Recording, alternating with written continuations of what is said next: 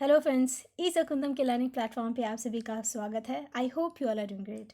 आज की इस वीडियो में हम बात करने वाले हैं क्वाड यानी कि चतुर्भुज सुरक्षा संवाद क्वाड्रिलेटरल सिक्योरिटी डायलॉग के बारे में। ये हमारे लिए 65th BPSC mains point of view से बहुत ही इंपॉर्टेंट टॉपिक है। आप इसको जीएस पेपर 1 से रिलेट करके देख सकते हैं। तो चलिए शुरुआत करते हैं। 6 अक्टूबर को टोक्यो में क्वाड के फॉरेन मिनिस्टर्स लेवल की मीटिंग ऑर्गेनाइज हुई। इस मीटिंग को बहुत ही इम्पॉर्टेंट माना जा रहा था। कहा जा रहा था कि एशिया में इंडो पैसिफिक रीजन में यहाँ की ये दशा और दिशा को निर्धारित करेगा। इस मीटिंग के क्या आउटकम रहे हैं इसके बारे में हम आगे चर्चा करेंगे। सबसे पहले हम ये बात करते हैं कि अगर ये एक अलायंस है क्वाड, तो कोई भी अलायंस रिक्वायर करता है कमिटमेंट, और कमिटमेंट या फिर किसी अलायंस का जो स्ट्रेंथ है वो डिपेंड करता है कि आप उस कमिटमेंट को पूरा कर रहे हैं या नहीं कर रहे हैं। तो क्वाड क्या इस कमिटमेंट को जो वो करता है उसको पूरा करने का इच्छुक है भी या नहीं, हम इसके बारे में बात करेंगे। क्वाड सुर्खियों में बहुत रहता है पर कोई डिफरेंस क्रिएट नहीं करता, कोई बदलाव ज़मीन पे नहीं लाता। तो हम ये बात करेंगे कि क्वाड क्या एक नो स्टार्टर है, इसके बारे में हम चर्चा करेंगे। उसके बाद क्या ये एक विक्टिम ऑफ पॉलिटिक्स है, क्या ये आधे मन से किया गया अलायंस है, और क्या क्वाड में सुधार करने की आवश्यकता है। हम इन सारे बिंदुओं पर चर्चा करेंगे। तो सबसे पहले हम बात करते हैं कि टोक्यो फॉरेन मिनिस्टर्स की जो मीटिंग हुई है उसमें क्या हुआ। तो मीटिंग में कोई भी जॉइंट स्टेटमेंट नहीं दिया गया और क्लैरिफिकेशन ये दिया गया जॉइंट स्टेटमेंट ना देने का कि ये इनका कोई कस्टम नहीं है, कोई रिवाज रहा नहीं है कोई जॉइंट स्टेटमेंट देने का। तो सवाल यही उठता है कि अगर सेपरेट स्टेटमेंट ये देते हैं, एक जॉइंट स्टेटमेंट तक ये नहीं दे सकते after the summit, after the meeting, तो कैसे हम मान लें कि आप चाइना को काउंटर करने के लिए आप एक साथ आएंगे। दूसरी बात, जो स्टेटमेंट दी गई वो भी अलग अलग कंट्रीज़ के द्वारा अलग अलग मुद्दों पे दी गई। जैसे कि जापान ने बात की इंफ्रास्ट्रक्चर साइबर सिक्योरिटी के बारे में, तो ऑस्ट्रेलिया को चिंता है ओपन इंडो पैसिफिक की। अमेरिका ने कहा कि जितने भी चाइना के एडवर्सरी नेशंस है उसके साथ उसकी सॉलिडारिटी है, उसका वो साथ देगा। और इंडिया ने बात की कि सारे देशों को टेरिटरी इंटीग्रिटी एंड सोवर्निटी की रिस्पेक्ट करनी चाहिए। तो आप देख सकते हैं कि जितनी कंट्रीज़ उनकी उतनी एस्पिरेशंस हैं, उनके उतने कंसर्न्स हैं। एक तरह का जॉइंट स्टेटमेंट भी ये नहीं दे पाए after this meeting. US Australia ने चाइना को नाम लेके उनको चाइना के बारे में स्टेटमेंट में अपना स्टेटमेंट में चाइना को मेंशन किया है, पर इंडिया ने नहीं किया। इंडिया ने बहुत ही जो उनका डिप्लोमेटिक हमेशा से रहा है कि उन्होंने टेरिटरी इंटीग्रिटी की बात की, तो एक तरह से इनडायरेक्ट वे में उसको हिंट देने की कोशिश की। तो और एक और चीज़ जो बहुत ही है कि ना तो इस स्टेटमेंट में, किसी भी देश के स्टेटमेंट में, लद्दाख स्टैंड ऑफ के बारे में बात की गई, चाइना के बुलिंग के बारे में बात की गई जिस तरह से वो अपने आसपास के देशों को धमका रहा है, और ना ही वुहान वायरस या फिर कोरोना वायरस के बारे में बात की गई जो कि अभी टॉपिक ऑफ द टाउन है। तो क्या ये एक अनदर अलायंस है जिसका एक एडवर्सरी है, डैट इज़ चाइना? क्या ये एक अनदर ग्रुपिंग है जैसे कि shark, NATO, G7, G20, ASEAN, BIMSTEC, SCO और अब क्वाड? क्या ये एक अलायंस है भी? क्योंकि ना तो इनके बीच कोई म्यूचुअल असिस्टेंट ट्रीटी है, ना ही कोई कॉमन सेक्रेटेरिएट है, और ना इनके पास एक वेबसाइट है फॉर दैट मैटर। तो क्या हम इसको एक अलायंस मान सकते हैं क्वाड को? क्योंकि ट्रम्प जो है वो अलायंसेस में बिलीव नहीं करते। आपको याद होगा वो अभी तक WHO की फंडिंग रोक चुके हैं, यूनेस्को से वो बाहर जा चुके हैं। तो clearly he is not fan of alliances. अगर इंडिया की बात करें तो इंडिया खुद की लड़ाई खुद ही लड़ने में बिलीव करता है। They believe in strategic autonomy. Japan की ऑलरेडी मिलिट्री अलायंस है विथ ऑस्ट्रेलिया एंड US। तो क्वाड की ज़रूरत ही क्या है? क्या क्वाड एक ऐसा ग्रुप है जो सुर्खियों में तो बहुत रहता है पर वो काम नहीं करता? तो देखिए, अभी की अगर हम बात करें तो क्वाड एक इमॉर्फस ग्रुप है, पर अगर इसको कोई बदलाव लाना है तो they need to be more than that. तो इसके लिए हम समझते हैं कि क्वाड का ओरिजिन कैसे हुआ। हम एक एक करके सारी चीज़ों के बारे में बात करेंगे। अगर हम क्वाड के ओरिजिन के बारे में बात करें, ओरिजिन से पहले हम इसके ऑब्जेक्टिव को समझते हैं, very important. Free, open and prosperous Indo Pacific region, यही इसका ऑब्जेक्टिव है। इसका जो आइडिया है वो सबसे पहले दिया गया था Japanese prime minister Shinzo Abe के द्वारा इन द ईयर 2007। वही शिंजो आबे जिन्होंने अभी रिज़ाइन कर दिया है अपने पोस्ट से बिकॉज ऑफ हेल्थ रीजंस। ये उन्हीं का आइडिया था। हाउएवर इस आइडिया को ज़्यादा बल नहीं मिला क्योंकि उस टाइम 2007 में ऑस्ट्रेलिया पे चाइना का बहुत ही ज़्यादा प्रभाव था, तो इसीलिए ये ज़्यादा फलित नहीं हुआ था उस टाइम पे। ये उस टाइम पे आसियान का जो समिट हुआ था उसके बैकड्रॉप में इसको किया गया था। तो इसलिए कहा जाता है कि फर्स्ट क्वाड समिट जो है वो आसियान फोरम के साइडलाइन में अरेंज हुआ था। उस time prime minister of India, Japan, Australia जो है US के वाइस प्रेसिडेंट डिक चेनी से मिले थे और इसके बारे में उन्होंने बात की थी।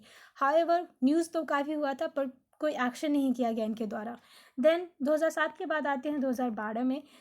अगेन शिंजो आबे ने फिर से ये आइडिया दिया। इस बार ये नाम अलग था, लाइक डेमोक्रेटिक सिक्योरिटी डायमंड।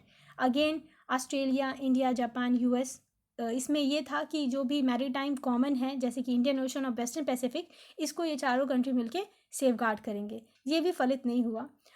एक दशक बाद 2017 में जब चाइना का BRI यानी कि बेल्ट एंड रोड इनिशिएटिव बहुत ज़्यादा न्यूज़ में था, तो इन चारों कंट्री को रियलाइज़ हुआ कि चाइना को काउंटर करना बहुत ही ज़रूरी है। तब वापस से क्वाड जो है वो न्यूज़ में आना शुरू हुआ, क्वाड को वापस से रिफॉर्म किया गया। उसके बाद 2019 में यूनाइटेड नेशन जनरल असेंबली के साइडलाइन में इन चारों देशों के फॉरेन मिनिस्टर्स की मीटिंग हुई थी। ये पहला ऐसा मीटिंग था जो इतना ज़्यादा हाई-फाई था, क्योंकि इससे पहले सिर्फ असिस्टेंट सेक्रेटरी लेवल पे ही मीटिंग होती थी। तो ये माना गया कि इन्होंने अपनी जो कोलैबोरेशन है, जो उनका जो कनेक्शन है, उसको इन्होंने अपग्रेड किया है। और अभी अगर हम बात करें तो 2020 की in the middle of pandemic Tokyo में ये मीटिंग हुई है फॉरेन मिनिस्टर्स की, with a clear sense of purpose and urgency कि चाइना के अगेंस्ट इनको खड़ा होना है। तो ये हमने बात की क्वाड, ओरिजिन ऑफ क्वाड के बारे में। अगर हम क्वाड नेशंस की बात करें जो मेंबर कंट्रीज़ हैं, तो सबसे पहले तो है हमारा यूएसए की सबसे पहले बात करते हैं कि यूएसए के लिए क्वाड क्यों इंपॉर्टेंट है। तो देखिए, यूएसए का हमेशा से एक पॉलिसी रहा है कि ईस्ट एशिया में चाइना के इन्फ्लुएंस को कंटेन करना, और इसीलिए यूएस के लिए क्वाड जो है एक अपॉर्चुनिटी है कि इंडो पैसिफिक रीजन में उसका जो वर्चस्व है वो कायम रहे। और नेशनल सिक्योरिटी स्ट्रैटेजी यूएस की जो है वो डिस्क्राइब करती है चाइना को along with Russia as a strategic rival, एक दुश्मन देश। तो इसीलिए यूएस के लिए क्वाड जो है ये एक ऐसा समूह है, इसलिए इसको कहा जाता है एशियाज़ नाटो। क्वाड का दूसरा नाम एशियाज़ नाटो भी है, यू कैन से जो पेपर्स में आते हैं।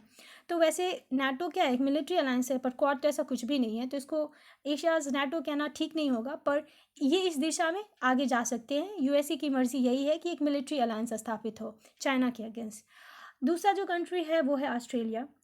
अगर ऑस्ट्रेलिया की बात करें तो सबसे ज़्यादा रिलक्टेंसी, सबसे ज़्यादा अनिच्छुक जो देश था क्वाड को लेके वो ऑस्ट्रेलिया ही था। But after pandemic in 2020 Australia ने रियलाइज़ किया कि किस तरह से चाइना का इन्फ्लुएंस जो है उनके लैंड पे, इंफ्रास्ट्रक्चर पे, ट्रेड पे, पॉलिटिक्स पे, इवन कि उनके यूनिवर्सिटीज़ में किस तरह से चाइनीज़ इन्वेस्टमेंट, चाइनीज़ आइडियोलॉजी घुस चुकी है। और उनको रियलाइज़ हुआ कि दिस इज़ हाई टाइम कि वो अपने ग्राउंड पे स्टैंड हो। और ऑस्ट्रेलिया पहला ऐसा कंट्री था जिन्होंने पूरे देश से कहा था कि एक इंडिपेंडेंट इंक्वायरी होनी चाहिए कि ये वायरस कैसे फैला। इसको लेके चाइना ऑस्ट्रेलिया में बहुत ज़्यादा बयानबाजी भी हुई थी, और चाइना ने ऑस्ट्रेलिया पे बहुत सारे ट्रेड टैरिफ जो हैं वो लगा के रखे हुए हैं। तो ऑस्ट्रेलिया के लिए भी बहुत इंपॉर्टेंट है कि चाइना के अगेंस्ट कोई ऐसा ग्रुप हो जो चाइना को काउंटर कर सके। अब बात करते हैं जापान की। तो इस पूरे के पूरे आइडिया को देने वाला, जो इस क्वाड को जन्म देने वाला, इस पूरे आइडिया को जन्म देने वाला कोई देश है तो वो जापान ही है। जापान के अपने प्रॉब्लम्स है चाइना के साथ, जैसे कि टेरिटोरियल ट्रांसग्रेशन, अभी सेंकाकू आइलैंड को लेके जो विवाद हुआ था। उसके अलावा जिस तरह से चाइना जो है साउथ चाइना सी में आर्टिफिशियल आइलैंड्स बनाते रहता है, छोटे छोटे देशों को धमकाते रहता है। जापान के पास खुद की मिलिट्री नहीं है, they have an alliance with US. तो इसलिए जापान एक ऐसा कोलैबोरेशन, एक ऐसा ग्रुपिंग चाहता है जहाँ पे कलेक्टिवली मिल के चाइना को काउंटर किया जा सके।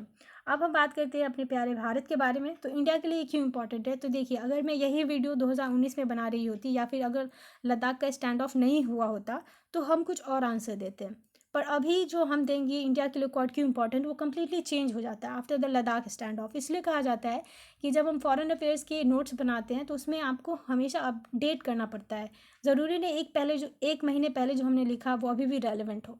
तो अगर हम अभी के कारणों की बात करें, तो पहले तो ये था कि इसको देखा जाता था क्वाड को as a India's multipolar policy. क्यों?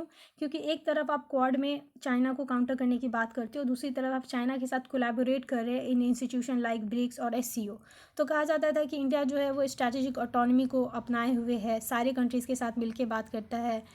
ये देखा जाता था क्वाड को as a example of that. But अब इंडिया इस तरह के आइडियलिज्म से बाहर निकल के प्रैग्मेटिज्म यानी कि यथार्थवादी सोच की तरफ बढ़ रहा है। इंडिया को रियलाइज़ हो रहा है कि चाइना इज़ अ थ्रेट और इसको काउंटर करना बहुत ही ज़रूरी है। ये वुहान स्पिरिट या फिर स्ट्रैटेजिक ऑटोनॉमी सुनने में अच्छी लगती है, but on paper, on reality we need to be very pragmatic.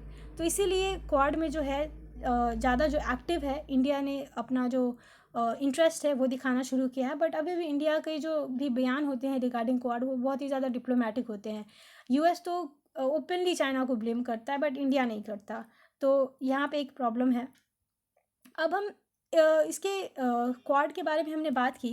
इसके चैलेंजेस के बारे में हम बात करते हैं। चैलेंजेस तो अभी तक आपको क्लियर हो गए होंगे क्वाड के, कि मैंने आपको सबसे पहले कहा कि इनके पास खुद का एक वेबसाइट तक नहीं है। तो first of all they need to have a website, मतलब एक उनका फ्रेमवर्क होना चाहिए, सेक्रेटेरिएट होना चाहिए, जैसे बाकी का होता है, एससीओ का है, सार्क का है।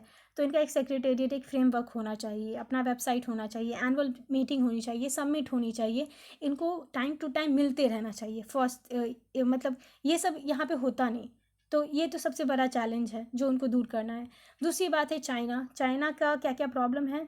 सबसे पहला तो चाइना का जो टेरिटोरियल क्लेम है, चाइना के साथ चाहे वो चाइना जो भी इंटरनेशनल आर्बिट्रेशन होते हैं, जैसे कि इंटरनेशनल कोर्ट ऑफ आर्बिट्रेशन है, वो कोई फैसला देता है इसको नहीं मानता। इसको लेके कंट्रीज़ जो हैं कुछ कर नहीं सकती ज़्यादा।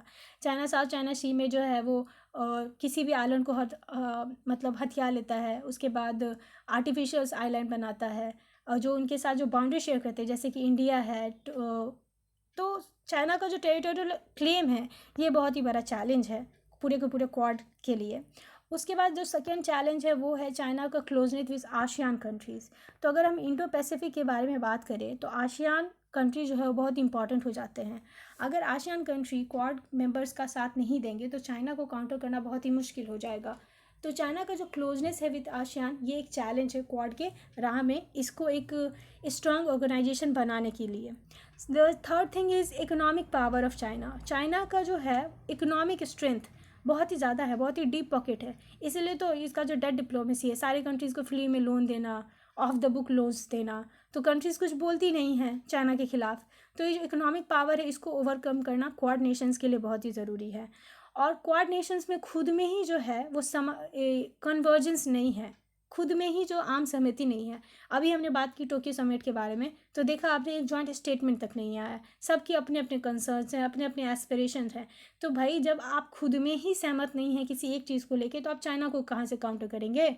और जो थर्ड फिफ्थ थिंग जो इंडिया के अगर संदर्भ में देखें तो वो ये कि अगर इंडिया क्वाड का पार्ट बनता है तो इंडिया का जो हमेशा से स्टैंड रहा है स्ट्रैटेजिक ऑटोनॉमी का, इंडिपेंडेंट डिसीजन मेकिंग का, इसको हैम्पर कर सकता है। तो ये हमने चैलेंजेस के बारे में बात की है। अब हम बात करने वाले हैं कि आगे की राह क्या होनी चाहिए। तो इससे पहले एक चीज़ देख लेते हैं मेंबर कंट्रीज़। जब आप आंसर लिखें मेंस में, तो आप मेक श्योर करें कि आप मैप बनाएं, खास करके आईआर वाले क्वेश्चंस में। तो आप इस तरह का कुछ मैप बना सकते हैं। इंडिया की अगर बात करें तो इंडिया का चाइना के साथ बॉर्डर डिस्प्यूट है।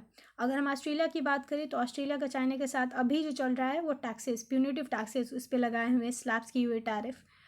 जापान का अगेन बॉर्डर डिस्प्यूट है। और अगर हम यूएस की बात करें तो इनका जो है डिप्लोमेटिक और ट्रेड वॉर जो है वो चल रहा है। तो अगर क्वाड को अगर हम समराइज़ करें तो हम कह सकते हैं 4 country with a common adversary, 4 देश जिनका एक ही दुश्मन देश हो सकता है। ठीक है, अब हम वे फॉरवर्ड की बात करते हैं कि आगे की राह क्या होनी चाहिए। दिस इज़ वेरी इंपॉर्टेंट, क्योंकि ये जो मैंने आपको बात पहले बताई ये ऑलमोस्ट सारे बच्चे लिखेंगे। बट वे फॉरवर्ड जो है ये अभी जो न्यूज़पेपर आई थी वहाँ से मैंने कुछ पॉइंट्स यहाँ पे बोरो किए हैं। तो सबसे पहले हम बात करते हैं कि अगर क्वाड को इंडो पैसिफिक रीजन में पीस यानी कि शांति स्थापित करना है तो इनको प्रोएक्टिव होना होगा रादर देन रिएक्टिव। प्रोएक्टिव से मतलब मेरा क्या है कि कुछ साल पहले यूएनसीएलओसी यानी कि United Nation convention on law of sea में एक जजमेंट आई थी फिलीपींस के पक्ष में, और चाइना को कहा गया था कि उनका जो स्टैंड है वो गलत है। बट चाइना ने उस डिसीजन को नहीं माना। उस टाइम ना तो यूएस ने ना ही इंडिया ने, किसी ने भी चाइना को कंडेम नहीं किया था। तो बीआरआई आता है तब आप सबमिट कर लेते हैं, कोरोना वायरस है, पैंडेमिक है, तब आप सबमिट कीजिएगा। तो ये क्या हुआ? रिएक्टिव एक्शन हुआ। आपको प्रोएक्टिवली चाइना को काउंटर करना पड़ेगा। चाहे वो छोटे देशों को धमका रहा हो, आपको तब जवाब देना होगा। बट क्वाड नेशंस ऐसा नहीं करती। तो ज़रूरी है कि वो थोड़ा सा प्रोएक्टिवली यहाँ पे पार्टिसिपेशन शो करें। दूसरी बात अगर हम बात करें तो चाइना जो है वो लॉ को नहीं मानता, किसी भी इंटरनेशनल ट्राइब्यूनल के लॉ को वो नहीं मानता। चाइना अगर किसी चीज़ को समझता है तो वो है पावर ऑफ, ये language of power and strength. वो जो शक्ति की जो भाषा होती है, वो कहते हैं ना, भय बिन होए न प्रीत, ये चाइना के साथ है कि जब तक आपके पास पावर नहीं होगा चाइना आपको इम्पोर्टेंस नहीं देगा। तो इसीलिए क्वाड को अगर सक्सेसफुल होना है तो उसके लिए ज़रूरी है एक मिलिट्री कोलिशन, एक मिलिट्री अलायंस। और फॉर दैट मैटर इसकी शुरुआत ये हो सकती है कि जो मलाबार एक्सरसाइज किया जाता है इन चारों देश के द्वारा, इसमें ऑस्ट्रेलिया को परमानेंटली इंडक्ट करके। मिलिट्री अलायंस काफ़ी दूर की बात है क्योंकि इंडिया ही इसके लिए अग्री नहीं करेगा, क्योंकि इंडिया का हमेशा से रहा है कि वो मिलिट्री अलायंसेस नहीं करते। Strategic alliance is fine with India, but military alliance वो नहीं करते क्योंकि उनको लगता है कि इससे उनकी स्ट्रैटेजिक ऑटोनॉमी जो है वो हैम्पर हो सकती है। तो ये देखने वाली बात होगी कि फ्यूचर में क्वाड देश मिलिट्री अलायंस करते हैं या नहीं करते हैं। तीसरी चीज़ जो बहुत इंपॉर्टेंट है कि इनके पास एक क्लियर एजेंडा होना चाहिए, एक क्लियर जियो स्ट्रैटेजिक गोल होना चाहिए, और उसके लिए ज़रूरी है एक्सपेंशन यानी कि विस्तार। 4 देश से ज़्यादा आगे बढ़ने की ज़रूरत है। और अर्लियर इसी साल की अगर बात करें तो एक टेली कॉन्फ्रेंस हुई थी जहाँ पे 3 इन्वाइटी देश थे, जैसे कि साउथ कोरिया, न्यूजीलैंड और वियतनाम। तो ये ऐसे देश हैं जो इंडो पैसिफिक रीजन में भी आते हैं, लाइक माइंडेड भी हैं, और इनको कहा गया था +3 कंट्रीज़, तो इनको ऐड किया जा सकता है इन क्वाड। अर्लियर जो है चाइना को देखा जाता था कि सिर्फ इंडो पैसिफिक रीजन में वो एक थ्रेट हैं, बट आफ्टर द पैंडेमिक ये देखा गया है कि China is a global threat. तो क्वाड को अपना संदेश अपने अलग अलग कंट्रीज़ में पहुंचाने में ज़्यादा दिक्कत नहीं होगी, जिससे उसको चाइना को काउंटर करने में आसानी मिलेगी। तो ज़रूरी है कि क्वाड जो है वो एक्टिवली जो है वो अपना जो भी अपना मत है वो सबके सामने रखे, ताकि ज़्यादा से ज़्यादा कंट्रीज़ जो हैं वो क्वाड के साथ रेजोनेट कर पाएँ। And the fourth thing is कि ये जितनी भी मेंबर कंट्रीज़ है, ये चारों की चारों country, they need to put the money where their mouth is, यानी कि खुल के बोले चाइना के खिलाफ। जैसे कि यूएस चाइना के खिलाफ बोलता है पर इंडिया नहीं बोलता। ऑस्ट्रेलिया बोलेगा बट वो सिर्फ ट्रेड के बारे में बोलेगा, टेरिटरी इंटीग्रिटी के बारे में नहीं बोलेगा। तो ये सारे के जो कंट्रीज़ हैं, ये जो डिप्लोमेटिक जार्गन्स होते हैं, इन सब से हट के खुल के चाइना को क्रिटिसाइज़ करेंगे, तभी उसमें थोड़ा सा भय आएगा, वरना कुछ नहीं होगा। एंड कहा जाता है कि Quad is idea whose time has come, but किसी भी आइडिया को इम्प्लीमेंट करना ज़रूरी होता है। और इम्प्लीमेंट करने के लिए for the starter quad members ये कर सकती है कि जो जितने भी छोटे छोटे आइलैंड नेशंस हैं जहाँ पे चाइना अपना मनी दिखा के उनको अपने बस में रखता है, for that matter ASEAN countries हो गए, वहाँ पे ये जॉइंट कोलैबोरेशन करके प्रोजेक्ट स्टार्ट कर सकती हैं। तो ये बिगनिंग हो सकती है क्वाड के लिए। तो ये हमने वे फॉरवर्ड की बात की। This was end of this video friends. I hope you like this video.